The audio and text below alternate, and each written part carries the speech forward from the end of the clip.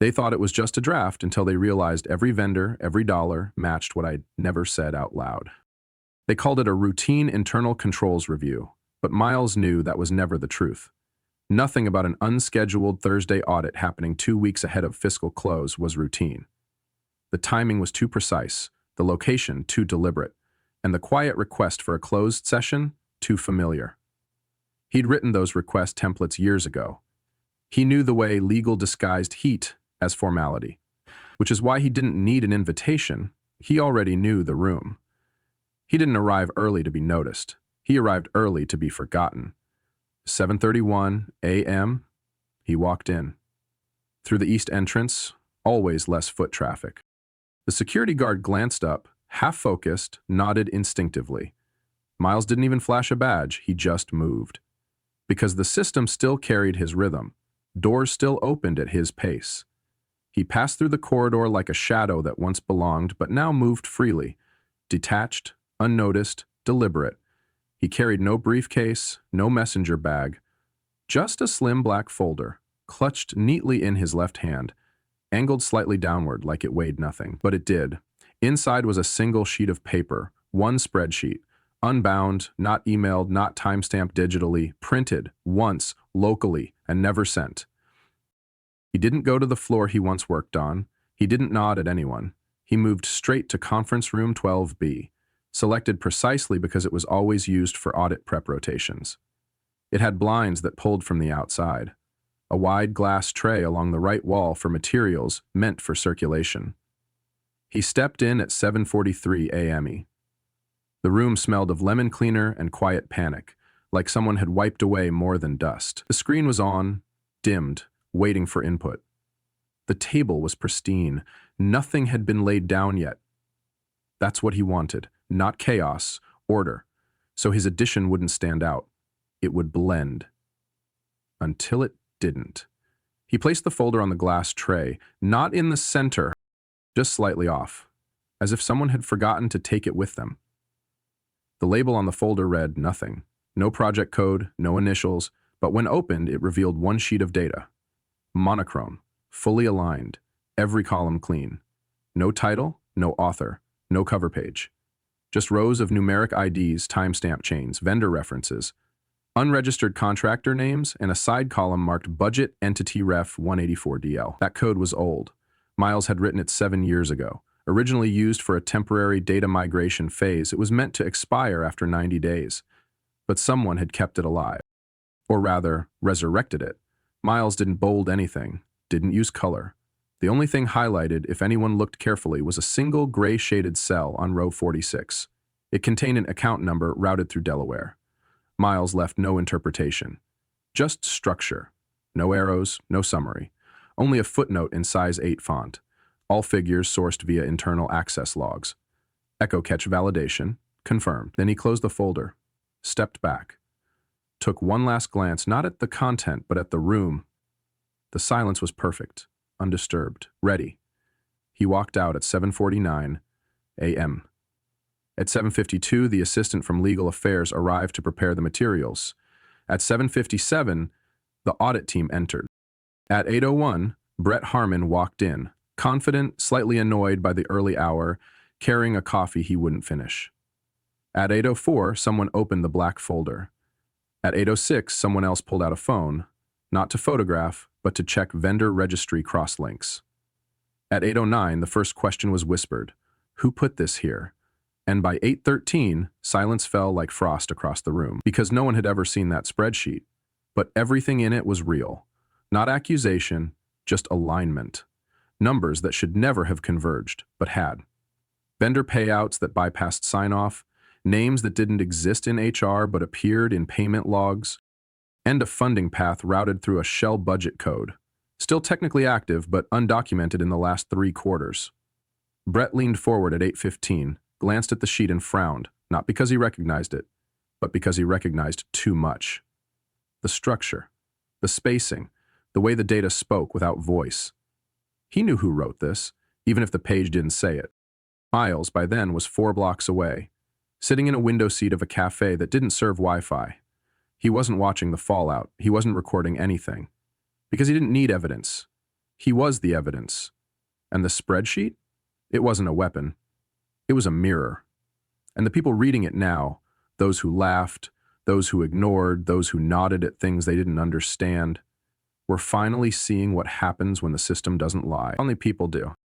It started with a name no one in the room could place. Lauren H. Keel, Contract Systems Coordinator. It wasn't the name itself that caused the pause, it was the silence that followed.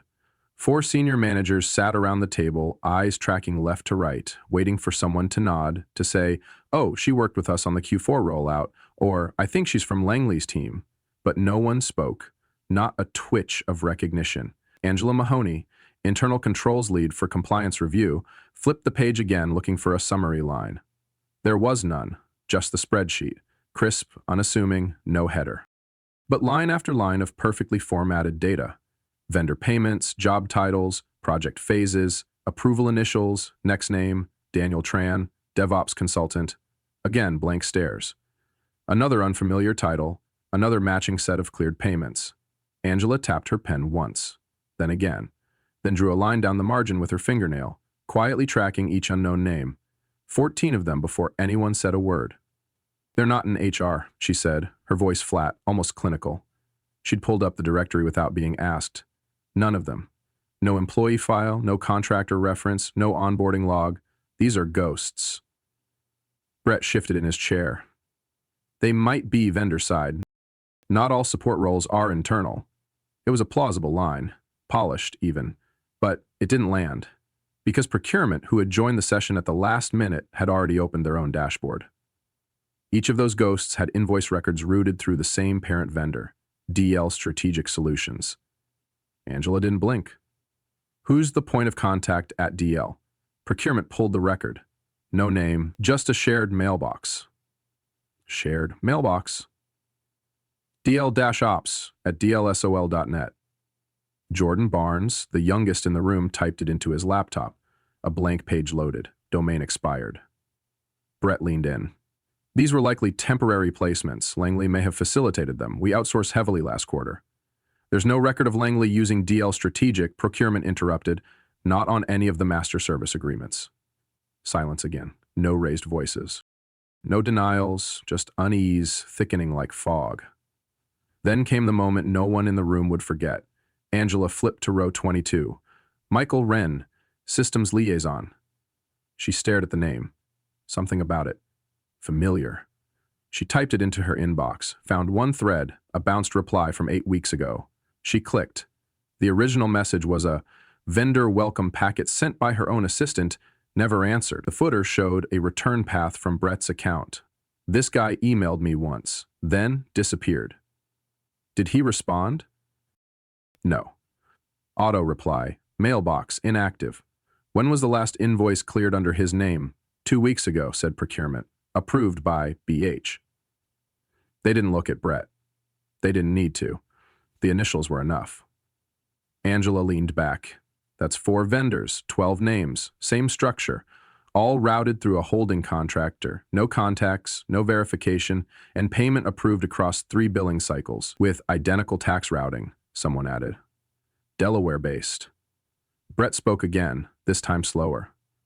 "These names could be placeholders. Sometimes when we expedite resources through temporary vendor shells." "Are you saying," Angela interrupted softly, "that someone created placeholder names to process budget line items totaling $448,000 across Q1 and Q2? Brett didn't answer. He didn't need to. Because procurement was already pulling the ledger. The codes aligned too easily. Echo Catch had flagged it all. Same IP approval block, same time frame, same sign-off loop. But what made the air grow colder wasn't the data, it was the design. This wasn't sloppy, it was structured. Each name appeared once, no duplicates, no recycled titles. Just enough activity to avoid suspicion, just few enough to hide under discretionary limits. Jordan looked up. "You know what this looks like, right?" Angela didn't reply. She just circled the last name. Anna H., Systems Analyst. Temp, no last name. Just an initial. But the payment was real, $9,200, 0 cents. Cleared, transferred, and tagged with the comment, Urgent capacity fill, post-reorg. There was no reorg that month. Brett knew it. Angela knew it. The spreadsheet didn't say it. But it didn't have to. It simply showed what had been done. And now, every person in the room had to decide if they'd keep pretending it was normal. Miles, by then, had already walked past the third coffee shop on his block. He wasn't watching a feed. He wasn't even waiting for a call. He just walked like someone who already knew what happened because he'd written it. Not with accusations, but with data. And now, the names they invented were telling a story no one could bury anymore. Delaware didn't show up like a red flag. It showed up like a formality. One cell, mid-Scrabble, row 33, column F. Receiving institution, DL Holdings, Wilmington, DE. No bold font, no asterisks, no annotation. Just one more dry field among dozens. But that was the first time Angela Mahoney blinked. Not because Delaware was unusual in itself. Every financial lead in the building knew why companies registered there. Low corporate taxes, quick incorporation, layers of legal shielding. But DL Holdings wasn't on any vendor list she'd ever seen. And that, in audit language, meant it shouldn't exist. She looked at Jordan Barnes, who was already typing. Fast. Focused. DL Holdings, he muttered. Not on approved vendors. Not in our treasury database. Angela leaned closer. Try payment history, routing paths, anything outside the standard ACH batches? Jordan frowned. Found it. 3 payments, all under $100.00 K. Spread across Q1, routed as consulting disbursements tied to expedited support contracts. Who approved them? Each tagged with BH. Brett Harmon shifted in his seat. His voice was steady but less crisp than 15 minutes ago. Those were consolidation measures to streamline smaller payouts under a unified ledger. We used holding entities to avoid single vendor bottlenecks. It almost worked, but procurement had already pulled an overlay. DL Holdings isn't a typical holding vendor. It's not even structured for disbursement. It's a single-member LLC. No vendor onboarding, no internal approval memo, no vendor risk assessment filed. The address belongs to a commercial incorporation service used by 8 other dormant companies, including 2 flagged by legal in 2022. Angela froze. She didn't ask follow-ups. Instead, she reached across the table, rotated the spreadsheet slightly, and ran her finger down a column labeled Project Cost Tag. Each transaction bore the same tag, 184 DL. Brett said nothing. His coffee, untouched, was cooling. Procurement continued. Routing path matches a known offshore transit pattern, midpoint hold in Wilmington. Redirected through a shadow account listed as DL StratOps.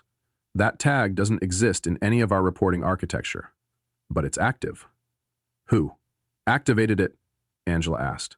A pause. System shows, initial creation, February 18, 9:42 p.m. User ID, B. No one said it.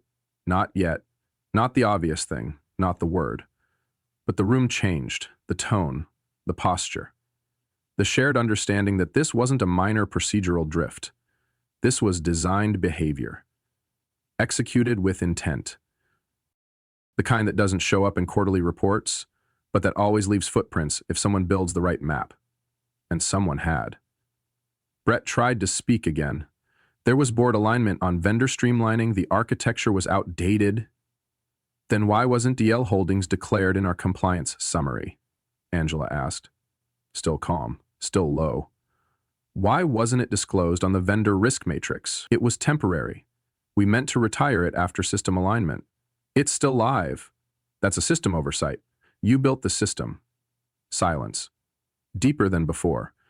This wasn't about Delaware anymore. It was about the fact that Brett's name was embedded in the command history, that every payment traced back to access only 3 people had, and only one of them had disappeared quietly 6 months ago. The other 2 were in the room. Angela exhaled through her nose, clicked her pen once. We're not here to accuse, we're here to understand the flow. Then she flipped the page. New tab, clean header, 5 more rows, each labeled Indirect Transfer Ledger, 5 entities, all linked to DL Holdings, all paid under project tags for operations uplift and systemic vendor independence. 4 of the 5 didn't respond to due diligence inquiries. 1 was a mailbox return. The others, shells. and all roads led back to Delaware. Brett cleared his throat again. Echo Catch wasn't supposed to be active anymore. It was the wrong sentence, because now no one needed confirmation. They just needed the spreadsheet. And the spreadsheet didn't lie. Jordan leaned forward, a little pale. So just to be clear, we processed $448,000 0 cents through a structure not declared to the board, not vetted by compliance, and now we know, routed through a jurisdiction built for obscurity. Angela said nothing, because saying anything would be redundant. The spreadsheet already made its point. The logic was unarguable. The structure too tight. Miles hadn't needed to leave a note. Just a destination. And Delaware had become that destination. Not because it screamed guilt, but because it could no longer be explained away. And across town, in a coffee shop without Wi-Fi, Miles read a book he'd already read before.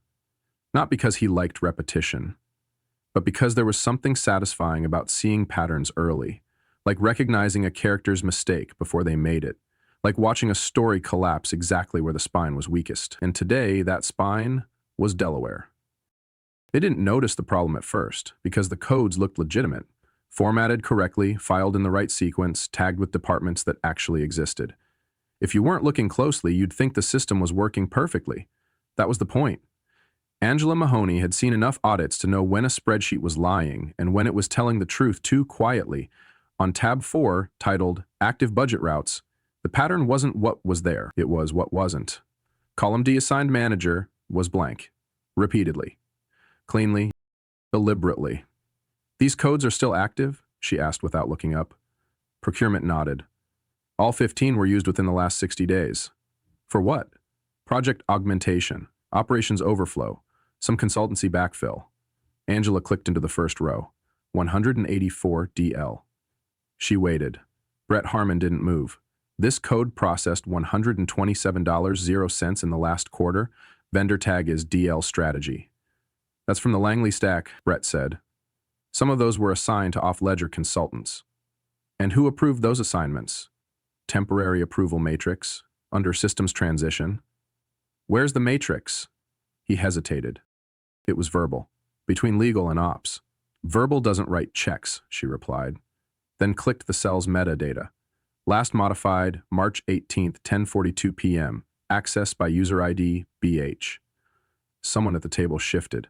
A chair creaked, but Angela didn't slow. Code 226 RM, compliance layer redundancy.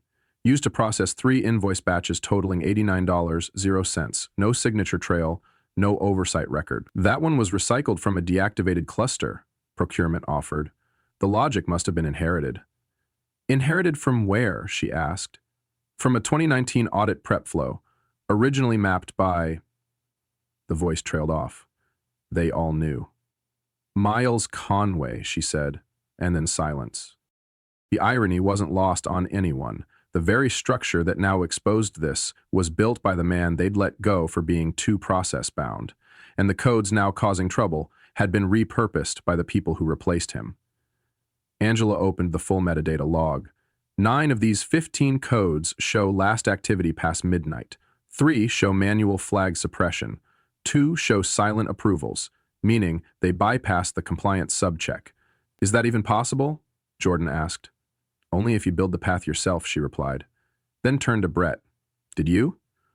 Those were emergency cycles. We were under pressure to deliver. Compliance was aware. Which part of compliance? Legal.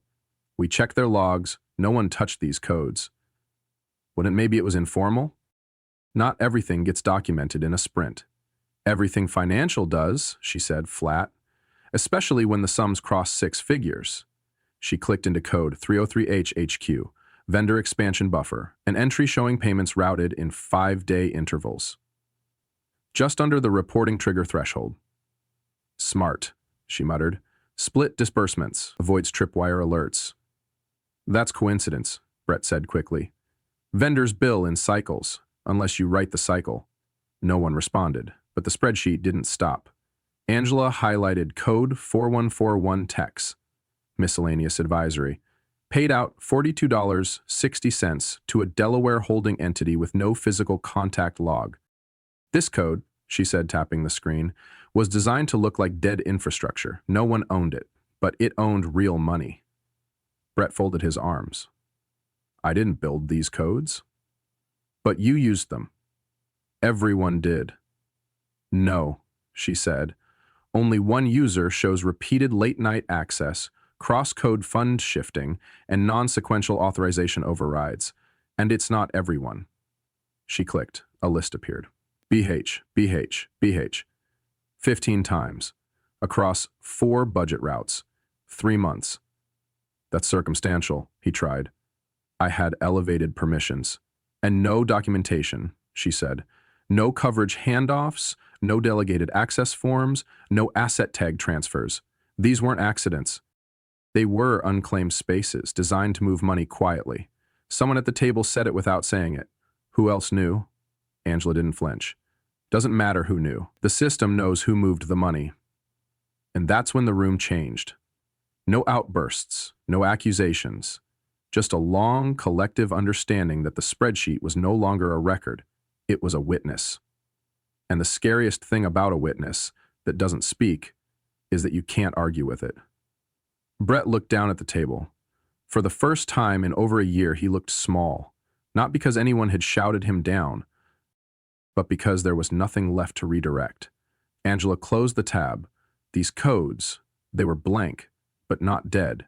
And someone knew that. Someone used that, which means this isn't about mistakes anymore. This is about design. Miles, several blocks away, finished his tea.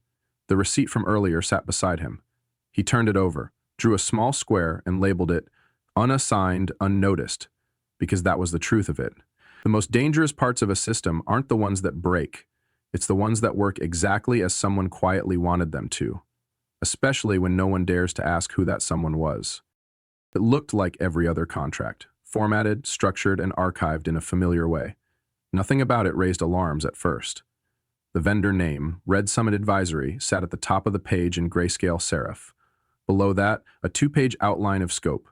Phase 2 Integration Support. Internal Sync Subsystem. The numbers matched expectations.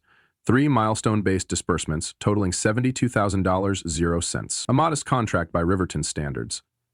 Angela Mahoney opened the PDF quietly while the others skimmed the spreadsheet. She read every word, not because she doubted the content, but because she couldn't find the signatures. No execution on this file, she said, voice even. Brett Harmon looked up. Red Summit was real. We brought them in after Langley. This contract has no approval trail, no legal routing, no initials, no authorization sheet. Brett frowned. You're probably looking at the draft. Final was routed manually. It's the only file EchoCatch pulled, sits in the ledger folder tied to vendor code 883RS. Angela clicked again. And the payment records? 3 waves, procurement said. January, February, March, all cleared. Before or after the contract was filed? Angela asked.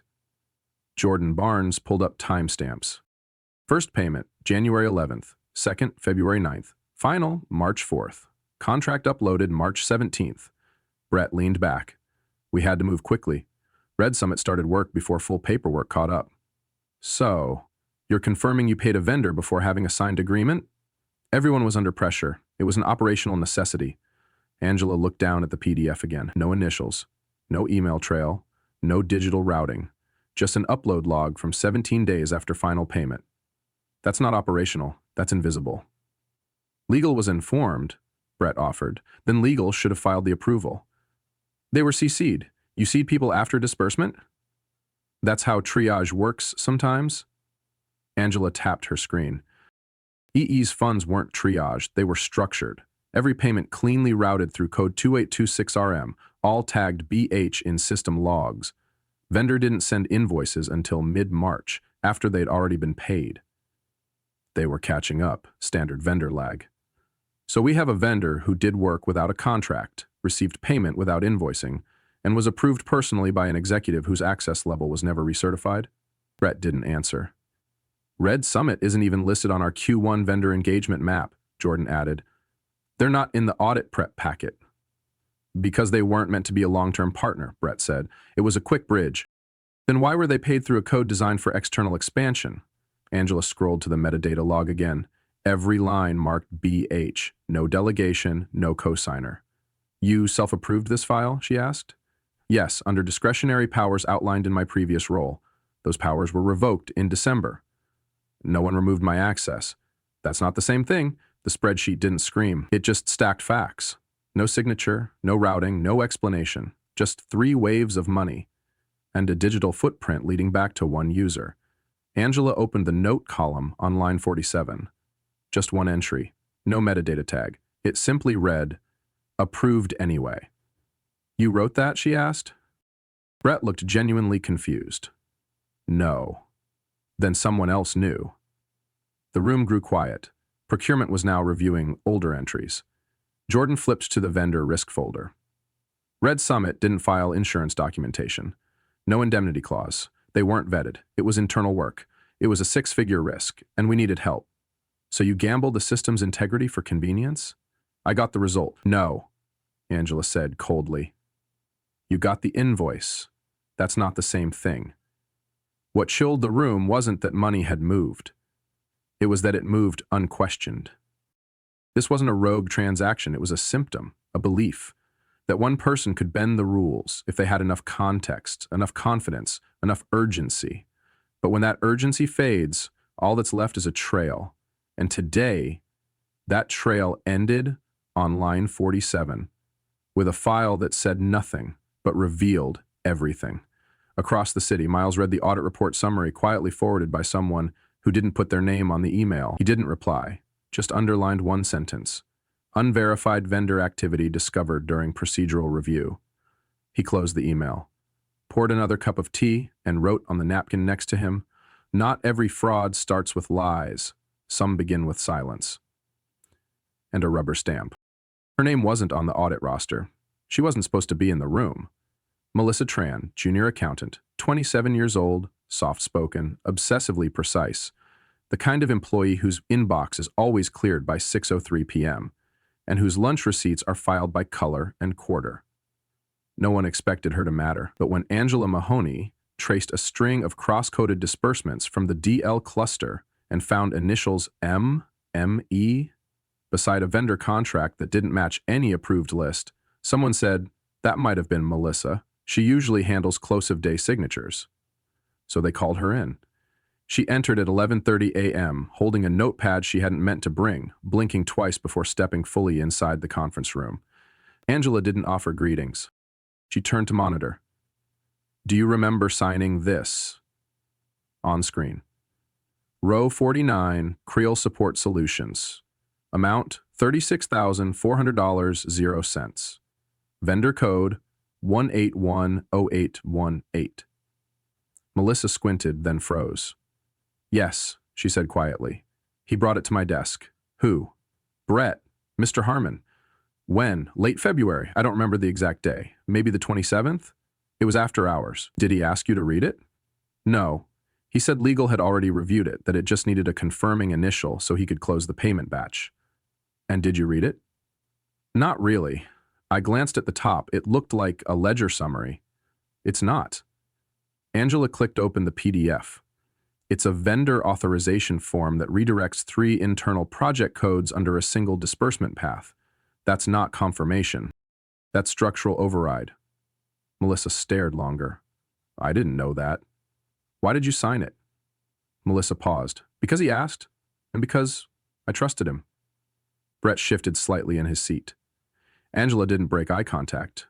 "Were you under the impression this was standard practice?" "I didn't question it. I was still new, 6 months in." "And when you handed it back?" He said, "Perfect. You're a lifesaver." Then he left. I never saw the file again. "Did you access this system afterward?" "No. I didn't log anything that night. I didn't have payment rights." Angela checked the metadata. Logged on Brett's terminal, created at 6:03 p.m., signed at 6:11 p.m., uploaded 6:15 p.m. "That matches," Melissa whispered. "Ongwa, did you understand what your signature authorized?" "No." "Did you feel comfortable asking?" Melissa blinked. "No." Silence. Angela tapped a single cell. "You weren't giving permission, you were giving cover." Brett leaned forward. She wasn't coerced. She's an adult. She chose. Angela didn't look at him. You stood over her, rushed her, gave her no context. That's not choice. That's leverage, Jordan added. Crail support doesn't exist in our compliance database. No EIN, no onboarding log, no tax documentation. It's a shell. Melissa whispered, I asked once, quietly. I emailed procurement about Crail, got no reply. Then I let it go. Angela turned. Why? Because I didn't want to be that person, the one who slows things down, who causes noise. And now? Melissa stared at her initials on the screen. Now I realize silence is also noise, just the kind people don't hear until it's too late. Angela nodded. Brett? He sat back. I didn't hide anything. I moved fast. That's what they asked. Who's they? The board. Ops. Everyone who wants results but doesn't want process. You mean accountability. I mean red tape. You made her initials red tape. Brett didn't answer. Melissa stood up. I didn't know I was being used, but that doesn't change that I was. Would you do it again? Angela asked. Melissa shook her head. No. And if someone tries to make me, I'll say no faster than I said yes. Why? Because I remember what it felt like to trust someone more than I trusted my gut. Angela tapped her pen once. You just rewrote the end of this audit. Thank you. The room was quiet. No applause, no speeches, but something shifted, not outside, inside. Because for the first time, someone who had once looked away looked again. And Brett? He looked smaller now. Not humiliated, just exposed. Because power doesn't always crumble. Sometimes, it just gets seen for what it is. And across town, Miles wrote a single note in the margin of his copy of the spreadsheet. The strongest audits begin with the weakest voices. If they're brave enough to speak, they didn't find the email because they were looking for it. It surfaced the way most things that matter do, quietly, buried, forgotten. Jordan Barnes was running a cross-record scan through EchoCatch, tracing vendor disbursements tied to 184 DL and 226 RM when a low-priority hit pinged the system. Subject line, Quick Alignment Doc, Internal Eyes Only. Sent on January 22nd at 8:46 p.m. from brett.harmon@rivertonmfg.com. Recipients, cynthia.dale@rivertonlegal.com, ops.admin@rmf.local. CC'd to a generic accounting review group inbox. Attached file, budgetalign_Q1 draft GXG. 9 words in the body, quick draft. Working version, don't circulate yet. Thoughts? No greeting, no sign-off. No follow-up. Just a casual note from an executive who, at that time, still held full access to every system Riverton had. Jordan opened the attachment. The spreadsheet loaded slowly. It wasn't labeled or organized like a final document. The tabs were titled Working Sheet 1 and Reef List. No formatting. Default Calibri. At first glance, it looked unremarkable, but by row 6, he felt it in his chest. By row 11, he whispered, no way. He opened Miles' audit spreadsheet beside it and aligned the columns. Every vendor name matched. Red Summit, Crail Solutions, DO Holdings. Even the spelling quirks, Red Summit had 2 spaces between its name. Same routing codes, same disbursement intervals. The exact payment pacing Miles had used to unravel the silent funnel.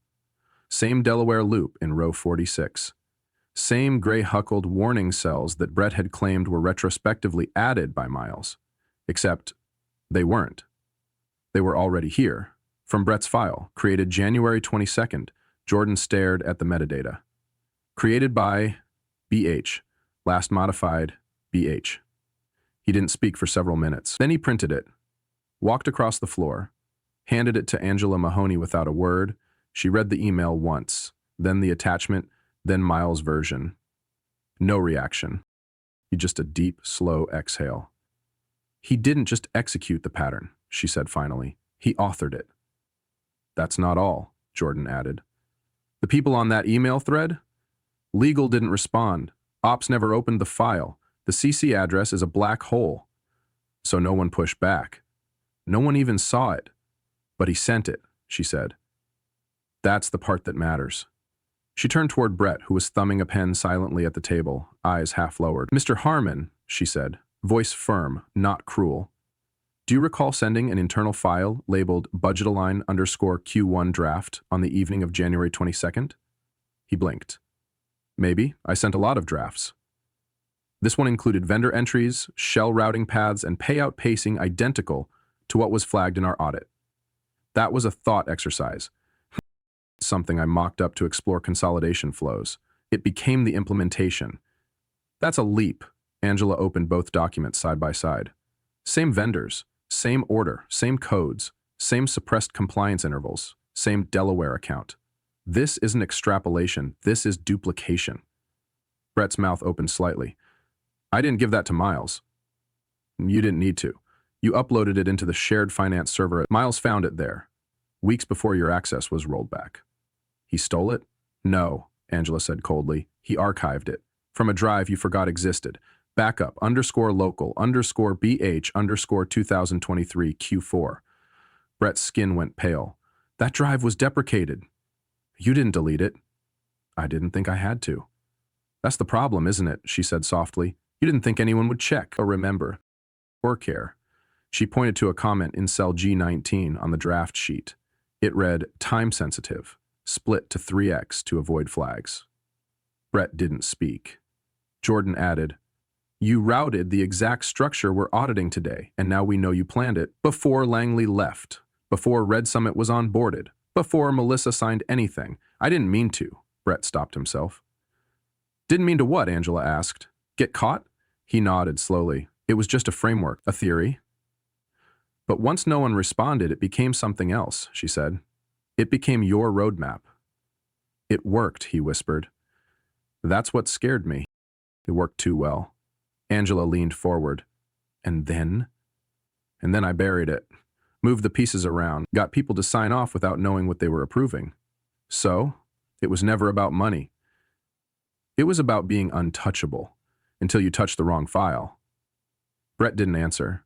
Across town, Miles stepped off the sidewalk into a quiet hallway, a sealed envelope in his hand. A printout of that same January 22nd email. One that had never been forwarded, never shared, just quietly archived, for a moment like this. He left it in a lockbox, labeled Legal Hold. No name, no note, just a folded sticky inside. Echoes always return. "I just help you hear them." The audit should have ended here. Everything necessary had already been shown. Brett's working draft from January, the transaction trails to unregistered vendors, Melissa's coerced initials, the shadow codes embedded across 3 months of off-book disbursements. No alarms, no theatrical collapse, just logic, printed and time-stamped, laid gently on the conference table in rows and columns that said more than any witness could. Angela Mahoney stood quietly, not delivering a verdict, just closing a folder. The board had what it needed. They could have wrapped up, moved to closed session, drafted an internal statement about process misalignment or oversight missteps. It would have been easy, expected. But then Alan Schreiber, audit committee chair, who had sat nearly silent for most of the session, lifted his eyes from the table and asked a single question that nobody was ready for. If Miles hadn't shown us this, would we have ever known? The question landed with no weight, but the silence after it did. 43 seconds. That's how long no one answered. Not because they needed time to think, but because they didn't. They already knew, all of them. They just didn't want to say it out loud. Not in front of each other, not in front of Angela, and especially not in front of themselves. Because this wasn't about Brett anymore. It wasn't about systems or spreadsheets. It was about what they'd chosen not to notice, what they'd trained themselves to ignore. Brett hadn't hidden behind smoke. He hid behind familiarity. His vendor codes didn't raise suspicion because they looked like every other one. His payment intervals didn't get flagged because they stayed just under the thresholds. His emails didn't get escalated because he CC'd the right names, even if no one read them. What Miles had exposed wasn't a criminal, it was a culture, a pattern, a rhythm so consistent and quiet it became invisible. "We have internal controls," someone finally muttered, as if defending not just the system but their own judgment. "Controls built on trust," Angela replied, her tone unflinching. Not verification, not transparency, just the belief that the next person in the chain would ask the hard questions you didn't. "And Miles?" another board member asked, voice more cautious than curious. "What does he want from us now?" "Nothing," Angela said. "He's not waiting outside. He's not calling a lawyer. He left. Why?" "Because he didn't come back for revenge. He came back to show you the system you built was exactly as vulnerable as you always feared it was, but never checked." A longer silence followed, the kind that doesn't ask for answers, just acknowledgement. Because what haunted them now wasn't what Brett had done. It was how easily he'd done it, with their access, with their systems, with their silence. Someone else spoke, quieter this time. "We hired smart people. We had compliance reports. We had KPIs. And none of them caught this," Angela said flatly. "Because they were designed to measure outcomes, not intent. That's why you didn't see it coming." Alan leaned back. "He never wanted back in, did he?" Angela shook her head. "No. He just didn't want anyone else to be told it's fine, just sign here ever again." Another voice asked, "And what do we do now?" Angela paused. "You rebuild, not from the breach, but from the silence that allowed it. You stop rewarding speed over clarity. You stop assuming compliance is the same as ethics, and you start listening before people like Miles have to go this far just to be believed. And Brett? His resignation is in your inbox, dated 2 hours ago. He knew. A long breath passed around the table. Not relief. Reckoning. The realization that while Brett may have authored the spreadsheet, everyone else had helped build the climate where it could survive. 43 seconds, Alan murmured again. That's how long it took us to not answer that question. No one corrected him, because in that moment time had done what no one else had, made them admit that Miles was right, not because he won, but because he left them with no comfortable lie left to tell. And miles away, at a highway rest stop 2 states out, Miles closed his laptop after checking one last message. "Thanks. We saw it." That was all he needed. Because the real revenge had never been about takedowns. It was about truth. Quiet, steady, irrefutable, and finally, seen. The subject line read, "In case you ever look." It had sat in Miles Conway's drafts folder for 19 days. No recipient, no send button pressed. Just words that lived quietly, typed in the dark of a Monday night, long after the final disbursement audit had been archived, and long before anyone in the boardroom knew what was coming. The timestamp, 2:41 a.m. Miles had been sitting in his garage office, heater on low, a mug of cold coffee at his side. No dramatic music, no cinematic pause, just the cursor blinking beside his final line, unsent, unread, but somehow inevitable. The message began like this: "You won't remember the day you decided I was optional, but I do." He didn't name names, he never did. No spite, no attack, just reflection. "You needed someone to stay late, I did. You needed someone to rewrite back-end logic when the consultant left mid-projector, I did. You needed silence when legal flagged 2 overlapping invoices and didn't want to escalate, I gave you that too, not because I was weak, because I thought I was building something that would protect people. That was my mistake." Then, a pause. One full line left blank. Then the second part. "I didn't come back to shame you. I came back because there was a structure running beneath all of you that none of you saw. Not because you couldn't, but because it was convenient not to. You assumed things were working because nothing had exploded yet, but that's not proof of integrity. That's just delay." His words weren't bitter. If anything, they read like someone who had spent enough time in silence to separate anger from insight. You had the data, you had the access, you just didn't have the discomfort to trace where it really led. A few lines later, he addressed something none of them expected. "I don't hate Brett. I understand him. The system rewarded speed, plausible deniability, and results. He did what the system asked, just better than you were prepared to admit." And then came the line that would have stayed with anyone who read it. "It wasn't one man you failed to question. It was 1,000 unchecked assumptions that let him blend in." The next paragraph was shorter, almost quiet. "I didn't expose the spreadsheet. I just held up a mirror. You filled in the rest." Then he wrote something only Angela would have understood if she had ever seen it. "Melissa didn't need to be brave. She just needed someone to show her she wasn't alone. That one line. It meant he saw every person the system had quietly leaned on, used, silenced. Even the ones too low-ranking to be on the audit radar. He hadn't forgotten them. He never would. The last part of the message didn't sound like closure. It sounded like a beginning. I've deleted the encryption keys. I've archived everything through secure legal hold. Not because I expect litigation. Because I want no leverage. If the truth isn't enough on its own, it's not worth telling. The story doesn't need me anymore.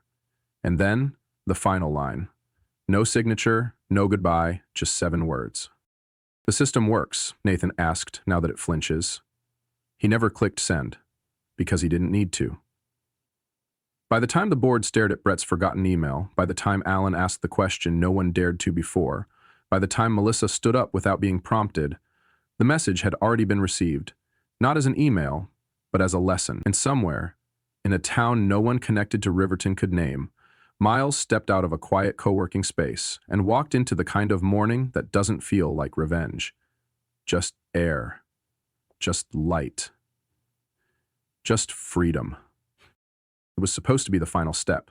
Angela Mahoney sat in the review room, finalizing the internal audit summary that would be archived with the compliance department and forwarded to the board.